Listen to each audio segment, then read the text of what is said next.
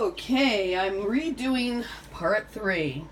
A friend of mine pointed out that it wasn't doing what it should do. Zeta. Anyway, Zeta, and others that are watching, some dark spots came out on this floor, as you can see. I don't know why that happened. I've never had that happen before when working with paper bags. My husband was the one that did the polyurethane on it, and we're not sure why this happened, but this is easily fixed too. I'm just gonna leave it the way it is because I really don't care. But my husband put the 2 layers of the polyurethane on it, puts a shine on it.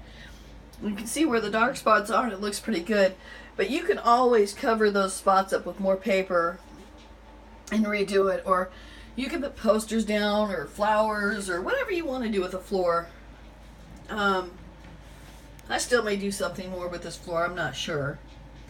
But anyways, this is what the finish looks like. Here's some of my bears in here. And that's how you do it.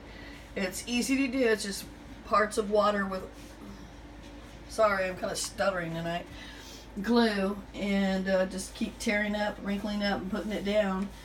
And then you polyurethane it. It's pretty easy and cheap decorating. Well, have a blessed day. Hey, bye, Zeta.